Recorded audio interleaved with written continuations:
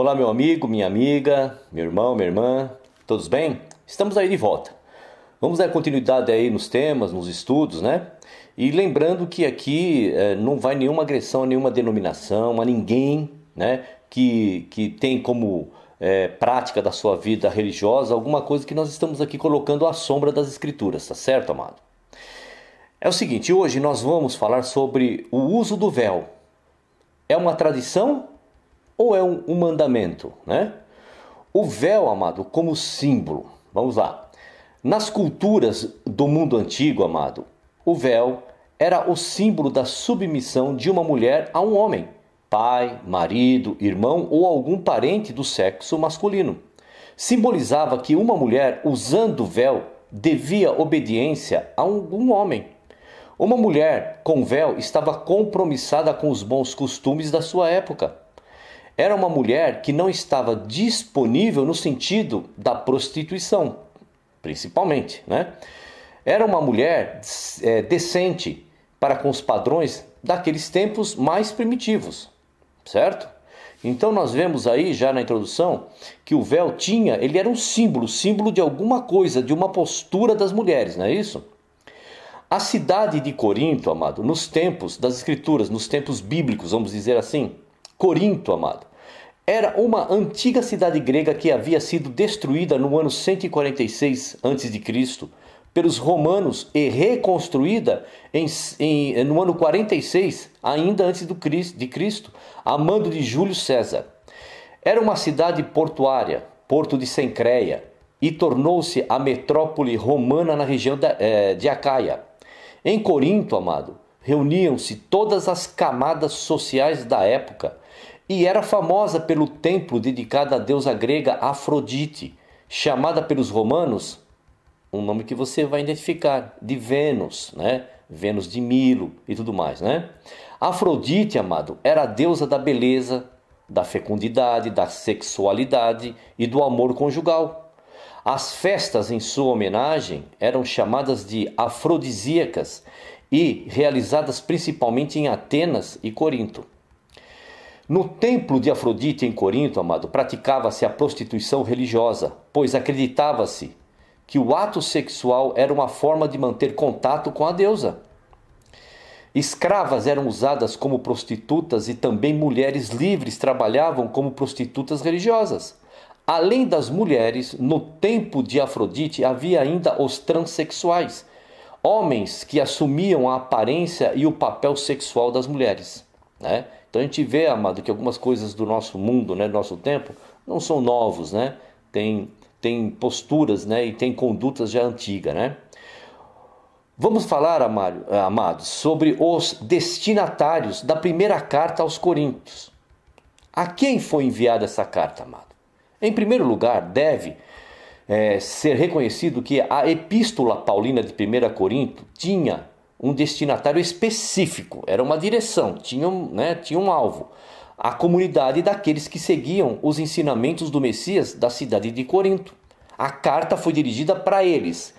Vamos dizer, né, na linguagem aí bem atual, foi dirigida aos crentes, vamos dizer assim, de Corinto. 1 Coríntios capítulo 1, verso 1 e 2 diz assim, vamos lá. Paulo, chamado apóstolo de Jesus Cristo pela vontade de Deus, e o irmão Sóstenes, a igreja que está em Corinto, aos santificados em Cristo Jesus, chamados santos, com todos os que em todo lugar invocam o nome do nosso Senhor Jesus Cristo, Senhor deles e nosso.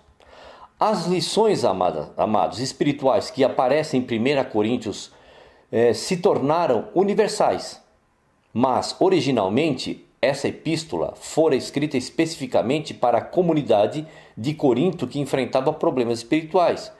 Então, amado, havia um grupo de, vamos dizer, de crentes, né, de cristãos, vamos dizer essa linguagem, lá em Corinto que estava enfrentando problemas espirituais. E Paulo agora escreve uma carta para eles, né? Vamos ver alguns dos problemas que aquele povo estava enfrentando. Os problemas da comunidade de Corinto. Povo dividido em partidos. 1 Coríntios capítulo 1, verso 11 e 12 diz assim. Porque a respeito de vós, irmãos meus, me foi comunicado pelos da família de Cloé que há contendas entre vós. Quero dizer com isto que cada um de vós diz: eu sou de Paulo, e eu de Apolo, e eu de Cefas, e eu de Cristo. Está Cristo dividido? Pessoas com práticas sexuais pecaminosas também, amado. Outro problema que aquele povo estava enfrentando. A carta de Paulo aos Coríntios, 1 Coríntios capítulo 5, verso 1, diz assim, vamos lá. Geralmente se ouve que há entre vós fornicação, e fornicação tal qual nem ainda entre os gentios, como é haver quem abuse da mulher de seu pai. Comunidade, amado, não imune ao culto idólatra.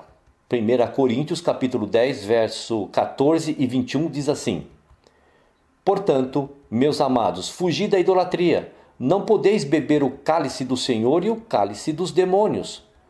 Não podeis ser participantes da mesa do Senhor e da mesa dos demônios. Muitos problemas, né, amado? Aquele povo estava enfrentando, né?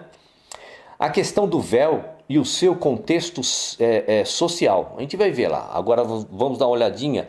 O véu que era usado, né, entre as mulheres lá. E qual era o seu contexto. Nós já vimos que ele tem um símbolo. E agora vamos ver o contexto dentro da sociedade ali daquele povo de Corinto. Vamos lá. Na antiga Grécia, amado, e em Roma, uma das maneiras de se reconhecer uma prostituta nas ruas ou esquinas era visualizar uma mulher com cabelo curto, sem véu ou mesmo careca. Uma maneira de se identificar uma prostituta era vê-la sem o véu ou cabelo curto ou careca. Eram os principais indicativos, amado, da atividade de prostituição. Havia também na cidade de Corinto um grande templo dedicado a deusa Afrodite, cuja atividade sacerdotal era desempenhada por mulheres e por homens transexuais. Já vimos, já falamos um pouquinho ali em cima, né? Para trás. Esses homens deixavam o cabelo crescer para ficarem mais parecidos com as mulheres. Segundo nos relatam os estudiosos do assunto, no templo de Afrodite, em Corinto, havia cerca de 1000 prostitutas religiosas. Outras muitas prostitutas realizavam o seu trabalho em casas especializadas, espalhadas pela cidade, ou ofereciam seus serviços nas praças e ruas de Corinto. Havia prostitutas de diversas classes. Mulheres livres que se dedicavam à profissão, escravas colocadas para trabalhar como prostitutas pelos seus donos e as prostitutas ligadas ao culto à deusa Afrodite. Uma mulher naquele tempo que não usasse o véu poderia ser identificada como uma prostituta ou como uma mulher livre, insubmissa, rebelde para os padrões culturais lá da sua época, do seu período. Tá certo? Já estamos montando um escopo aqui, então, amado, de qual era a serventia ali do véu, né? Além de símbolo, identificava também a conduta de determinadas pessoas. O não uso do véu também poderia colocar a mulher na categoria das prostitutas livres e insubmissas. Uma mulher que não usasse o véu sempre seria olhada com desconfiança.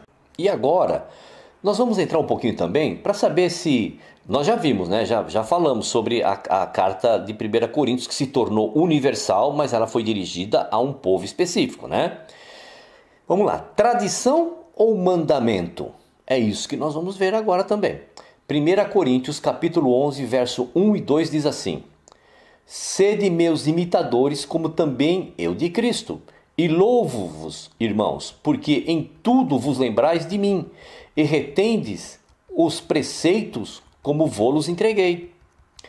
A palavra traduzida por preceitos é a palavra grega, amado, paradoses, e é essa palavra que Paulo usa aí, onde nós acabamos de ler, 1 Coríntios capítulo 11, verso 1 e 2.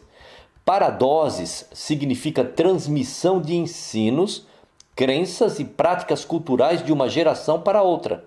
É isso. Costume é a mesma coisa que tradição e não pode ser encarado como mandamento ou preceito divino.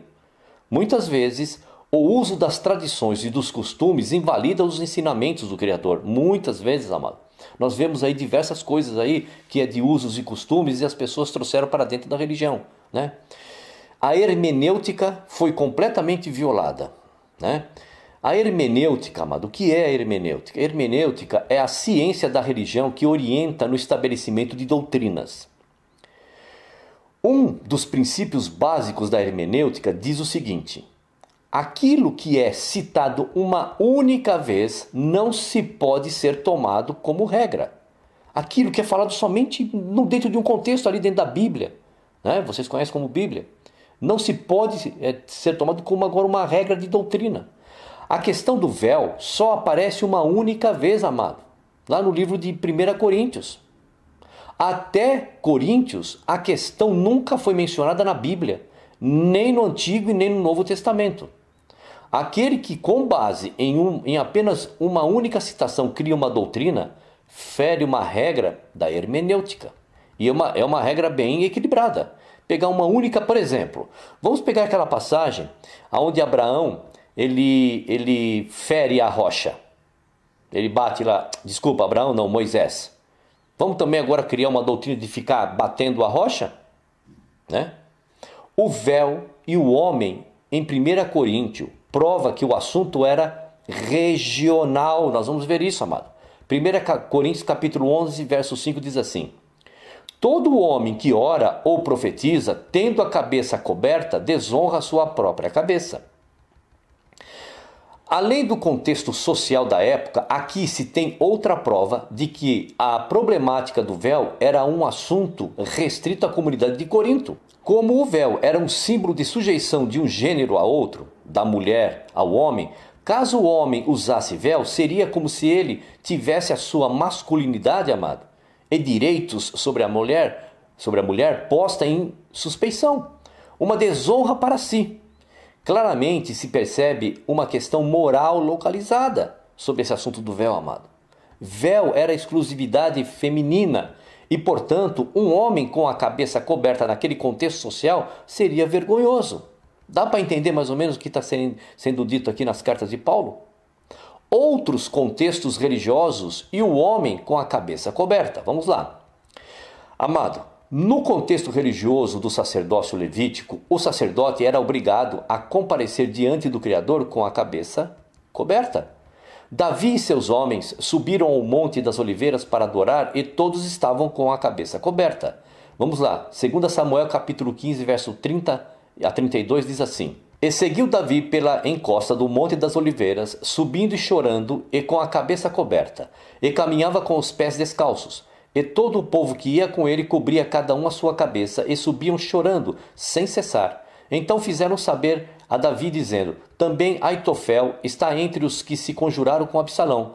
Pelo que disse Davi: ó Senhor, peço-te que torne em loucura o conselho de Aitofel.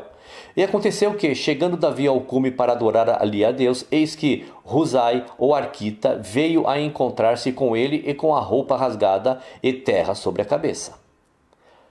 O contexto social, amado, cultural ou religioso pode determinar se o uso ou não uso de cobertura na cabeça do homem ou da mulher é desonroso ou não. Nós acabamos de ver aqui o quê? Que uma mulher que não usasse o véu e tivesse com a cabeça raspada ou cabelo curto seria considerada prostituta, lá em Corinto. Um homem que usasse o véu, ele estaria colocando a sua masculinidade em jogo. Agora aqui nós vemos o quê? Que Davi cobriu a cabeça perante o Senhor lá no monte. Então as culturas, a religião, ela é que dita regras e posicionamento, posturas, amado. A sociedade, tá certo? O uso do véu e a fala das mulheres. 1 Coríntios capítulo 11, versos 5 e 6 diz assim: mas toda mulher que ora ou profetiza com a cabeça descoberta desonra sua própria cabeça, porque é como se estivesse raspada. Portanto, se a mulher não se cobre com o véu, tosquie-se também. Mas se para a mulher é coisa indecente tosquear-se ou rapar-se, que ponha o véu. A mulher era permitido orar e profetizar em público. Vale lembrar, amados, que no passado o ato de profetizar tinha um significado muito mais amplo do que o atual. Profetizar significava também ensinar, instruir, corrigir, pregar a palavra. Mesmo em Corinto, se a mulher estivesse com a cabeça coberta, ela poderia usar da palavra para ensinar a sua comunidade.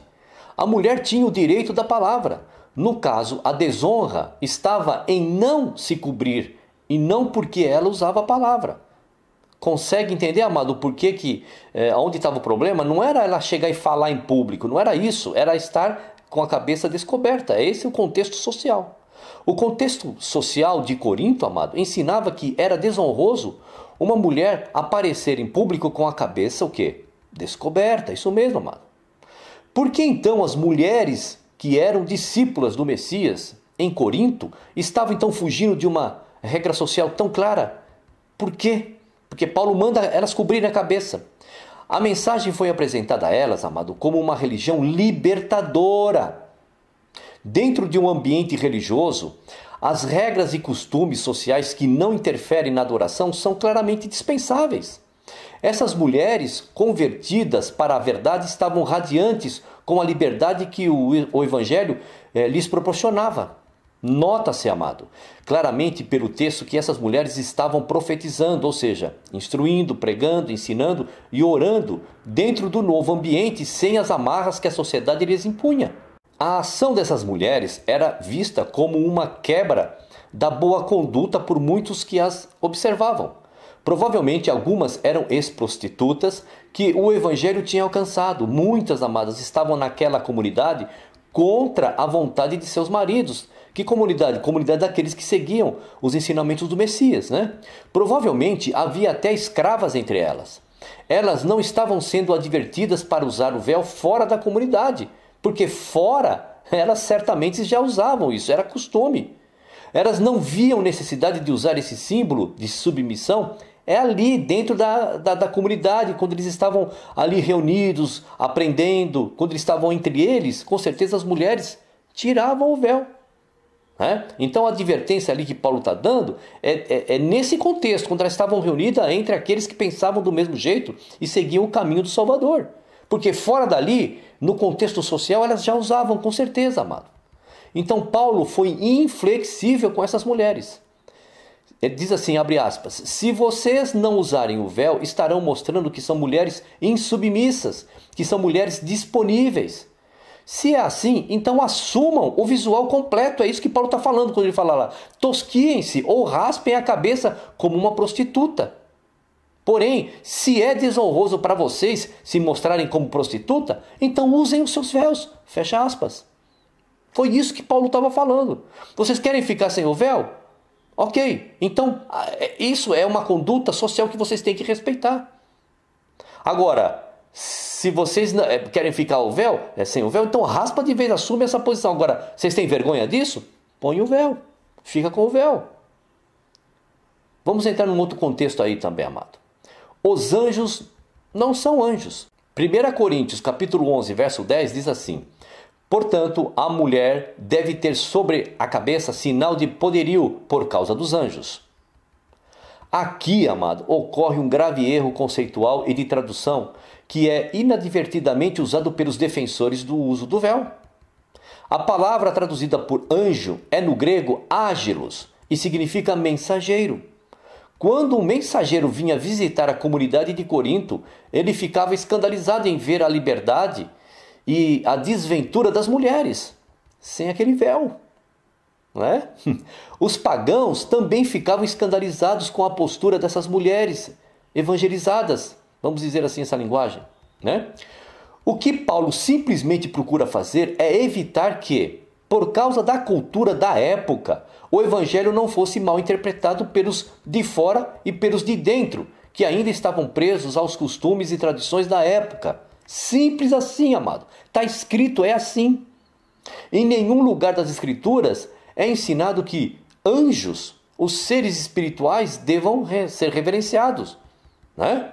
Somente o Pai e o Filho são dignos de qualquer tipo, seja qual for, de adoração, de honra. Certo, amado? Vamos ver agora, amado, o papel das mulheres na comunidade daqueles que seguiam os ensinamentos do Messias, né? Na comunidade da época antiga, primitiva, lá de Corinto. Os pesquisadores do texto bíblico são unânimes. As mulheres tinham um papel de destaque na comunidade primitiva, amado. Muitas vezes esse papel era importante e até superior ao dos homens. A participação das mulheres já começava a acontecer desde o início das pregações do nosso Salvador. Mulheres financiadoras do Messias, lá do serviço do Messias. Lucas capítulo 8, verso 2 e 3 diz assim: E algumas mulheres que haviam sido curadas de espíritos malignos e de enfermidades, Maria Madalena, da qual saíram 7 demônios, e Joana, mulher de Cusa, procurador de Herodes, e Susana, e muitas outras que o serviam com as suas fazendas. Essas mulheres se desprenderam dos seus bens materiais e os colocaram à disposição do Salvador. Isso é maravilhoso. Mulheres trabalhando ali, né, amado? As suas maneiras, mas trabalhando. O Salvador em diálogos públicos com mulheres. Vamos ver. Na cultura do mundo antigo, amado, era inadmissível o diálogo de gêneros diferentes na rua ou qualquer lugar público, ou seja, homem e mulher. Uma mulher que conversasse com um homem desconhecido na rua corria o risco de ser abandonada pelo marido e considerada a infiel. O Messias muitas vezes não respeitou essa tradição e costume. Marcos capítulo 7, verso 24 e 25 diz assim: E, levantando-se dali, foi para os termos de Tiro e Sidom, e entrando numa casa não queria que alguém o soubesse, mas não pôde esconder-se, porque uma mulher cuja filha tinha um espírito imundo, ouvindo falar dele, foi e lançou-se a seus pés. A mulher samaritana. João capítulo 4, verso 27 diz assim: E nisto vieram seus discípulos e maravilharam-se de que estivesse falando com uma mulher. Percebe, amado, o contexto social? O Messias na véspera da morte, onde estão os seus homens? Uma das coisas mais vergonhosas para os homens discípulos do Salvador é que quando o mestre mais precisou deles, todos sumiram. Marcos capítulo 14, verso 50 diz assim: Então, deixando-o, todos fugiram. Amado, o Salvador foi abandonado e negado pelos seus discípulos e seguidores homens. Somente isso já deveria ser o bastante para tornar os homens um pouco mais humildes em relação às mulheres. A fidelidade das mulheres. Marcos capítulo 15, verso 40 e 41 diz assim: E o centurião que estava defronte dele, vendo que assim clamou, expirou, disse: Verdadeiramente este homem era o Filho de Deus.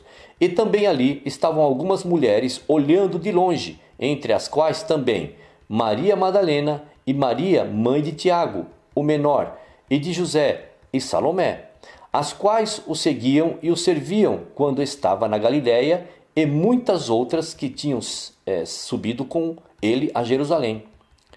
Amado, vemos mulheres aí, né? Sempre enquanto os homens fugiam, as mulheres presentes.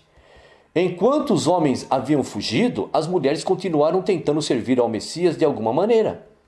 Que conforto não foi para o mestre observar suas fiéis seguidoras, mesmo de longe, não é mesmo? Testemunhas privilegiadas da ressurreição. Em cada um dos 4 evangelhos, tudo indica que foram elas as primeiras a encontrarem o túmulo vazio e darem o testemunho da ressurreição. Mateus capítulo 28, de 5 a 8 diz assim: Mas o anjo respondendo disse às mulheres: Não tenhais medo, pois eu sei que buscais a Jesus que foi crucificado. Ele não está aqui, porque já ressuscitou. E saindo elas do sepulcro com grande alegria, correram a anunciá-lo aos seus discípulos. Mais uma vez as mulheres trabalhando aí, né, amados? A atração das mulheres pelo Evangelho. Os estudiosos da Bíblia sempre ficaram intrigados com a atração que o Evangelho exercia sobre as mulheres. O Salvador anunciava a vinda de um reino no qual não haveria mais injustiça, sofrimento ou mal, na qual todos, ricos e pobres, escravos e libertos, homens e mulheres, estariam em pé de igualdade. Essa mensagem de esperança demonstrou-se particularmente atraente para aqueles que naquele tempo eram excluídos. O pobre, o doente, né? O banido e quem mais? Vamos lá? Isso mesmo, amado. E as mulheres, né? Completamente rejeitadas, não eram nem contadas, não serviam para nada a não ser para dar continuidade à geração das tribos, né? Quando os ensinamentos do Messias começaram a incomodar o Império Romano, filósofos pagãos procuraram atacar os ensinamentos, acusando-o de ser uma religião constituída principalmente de crianças, escravos e mulheres, isto é, figuras sem o mínimo peso social. Surpreendentemente, amados, Orígenes, que escreveu a resposta cristã a Celso, não nega a acusação, mas tentou virá-la contra Celso, numa tentativa de mostrar que o Criador pôde tomar o que é fraco e investir-o de poder. Ou seja, já estavam acusando, aquele movimento, entre aspas, para não gosto, movimento não, mas aquele surgimento de uma nova postura de entender as coisas espirituais, vamos dizer assim, estavam acusando de ser uma coisa de menor importância, porque atingiam quem? Os menos favorecidos da sociedade daquela época, que eram quem? Os pobres, os doentes, os encarcerados, os endemoniados, as prostitutas, e enfim, as mulheres, As mulheres pregadoras da comunidade primitiva. Vamos ver lá, Romanos capítulo 16, verso 1 diz assim: recomendo-vos Febe, nossa irmã, a qual serve na igreja que está em Cencreia. No texto grego, Febe é chamada de diaconisa. O que é um diácono? Nada mais que o ajudante. Febe foi chamada para aquelas pessoas, agora daquela nova maneira de ver as coisas, para ser uma ajudante deles, de alguma maneira, iam ajudar. Os escolhidos, amado, então, para ser ajudante ou para serem diáconos, deveriam ter algumas características. Vamos ver, Atos capítulo 6, verso 3 diz assim: escolhei, pois, irmãos, dentre vós 7 homens de boa reputação, cheios do Espírito Santo e de sabedoria, as quais constituamos sobre este importante negócio.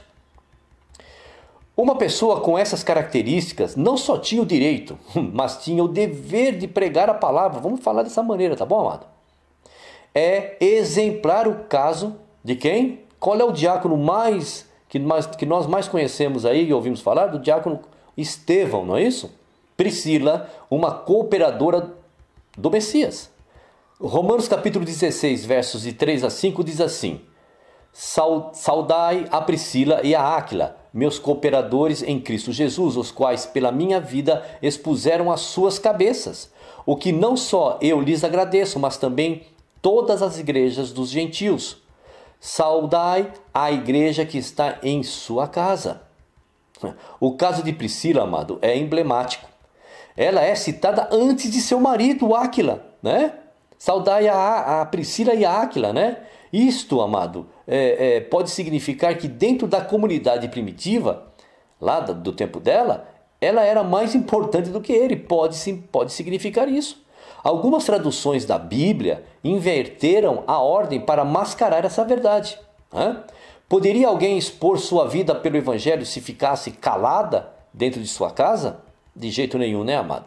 Priscila era quem liderava a igreja que estava em sua casa, A igreja, é o grupo de pessoas, amada? Porque olha aqui. Nós somos a igreja, nós somos o templo, Vamos entrar agora no contexto, amado, de Júnia, uma apóstola. Amado, apóstola. Júnia é o caso mais emblemático da posição feminina na comunidade primitiva dos crentes, amados? É tão emblemático que diversas traduções do texto foram manipuladas para esconder esta mulher especial. Ousaram até dizer que Júnia, uma mulher, era na realidade Júnias, um homem. Tudo fizeram para esconder a única mulher que é mencionada na Escritura como sendo apóstola. Romanos capítulo 16, verso 7 diz assim: saudai a Andrônico e a Júnia, meus parentes e meus companheiros na prisão, os quais se distinguiram entre os apóstolos e que foram antes de mim em Cristo. Precisamos, amado, analisar brevemente várias outras mudanças textuais semelhantes. Uma delas ocorre em uma passagem que nós acabamos de ver aqui, acabamos de ler, Romanos 16, no qual Paulo fala de uma mulher, Júnia, e de um homem que deveria ser seu marido, Andrônico, aos quais o apóstolo se refere como apóstolos eminentes, lá no versículo 7. Trata-se de um versículo significativo porque esse é o único lugar no Novo Testamento no qual uma mulher é citada como apóstola. Os intérpretes ficaram tão impressionados com esse trecho que muitos deles passaram a sustentar que ele não podia significar o que dizia para que desse modo, amado, poder traduzir o versículo como ele não se referisse a uma mulher chamada Júnia, mas a um homem chamado Júnias, que juntamente com o seu companheiro Andrônico era elogiado como apóstolo. O problema com essa tradução é que, enquanto Júnia era um nome feminino muito comum, não há indício no mundo antigo de Júnias como nome masculino. Paulo está se referindo a uma mulher chamada Júnia, mesmo que alguns tradutores modernos, continuem a se referir a essa apóstola como se ela fosse um homem chamado Júnias. Alguns copistas também devem ter tido dificuldade em atribuir a apostolicidade a essa mulher desconhecida, e por isso fizeram uma sutil mudança no texto para evitar esse problema, amado? Em alguns de nossos manuscritos, em vez de dizer saudai Andrônico e Júnia, meus parentes e companheiros de prisão, eminentes e apóstolos, o texto é mudado para se tornar mais fácil de traduzir. Diz assim: saudai Andrônico e Júnia. Inverteram. Meus parentes, saudai também meus companheiros de prisão, apóstolos eminentes. Com essa mudança, amado, essa mudança aí de texto, ninguém precisa mais se preocupar com uma mulher ser citada em meio ao grupo apostólico de homens. Incrível, amado? Como a sociedade machista, faz com que a mulher desapareça, não é isso? Acréscimos textuais para limitar a atuação das mulheres. Vamos lá. A cultura pagã, amado, de uma forma geral, era contrária à atuação das mulheres no plano religioso sacerdotal. Com raras exceções, não era permitida na cultura religiosa pagã que mulheres realizassem o papel de sacerdotisas. Com o passar dos tempos, o número de pagãos convertidos começa a superar o número de judeus que professavam a nova religião, os ensinamentos do Messias. A cultura pagã começa a influenciar mais nitidamente os destinos da religião do nosso Salvador, do Messias, que ele veio nos trazer. Uma coisa, amado, que começa a ser feita com muito empenho é a supressão das mulheres da liderança, forçando sua submissão aos novos líderes do cristianismo, em sua maioria oriundos das tradições pagãs. Para diminuir, amado, o papel das mulheres na religião, que cada dia conquista mais adeptos, copistas e outros que lidavam com a transmissão e preservação dos textos sagrados, não se limitaram apenas a fazer traduções tendenciosas, mas chegaram ao cúmulo de enxertar no texto sagrado trechos espúrios que eram atribuídos aos autores. Como exemplo de um texto espúrio enxertado com o fim de limitar o papel das mulheres, podemos citar 1 Timóteo capítulo 2, de versos 11 a 15, que diz assim: a mulher aprenda em silêncio, com toda a sujeição, não permitido, porém, que a mulher ensine nem que use de autoridade sobre o marido, mas que esteja em silêncio, porque primeiro foi formado Adão e depois Eva. E Adão não foi enganado, mas a mulher, sendo enganada, caiu em transgressão. Salvar-se-á, porém, dando à luz a filhos, se permanecer com modéstia, na fé, na caridade e na santificação. Amado, este verso faz a alegria dos defensores da submissão feminina, representada pelo uso do véu. Quando lemos documentos posteriores associados às comunidades de Paulo depois da sua morte, podemos ver disputas surgindo em torno dos papéis que as mulheres podiam assumir. Por fim, sobreveio o esforço para suprir ou suprimir todo o papel das mulheres. Isso se torna evidente em uma carta escrita em nome de Paulo. Atualmente, amado, os pesquisadores se mostram plenamente convencidos de que 1 Timóteo não foi escrita por Paulo, mas por um de seus seguidores de segunda geração. Ali, em uma das infames passagens sobre as mulheres no Novo Testamento, ficamos sabendo que não se deve permitir mulheres ensinando a homens, por terem sido criadas como inferiores, segundo o que o próprio Criador indica na lei.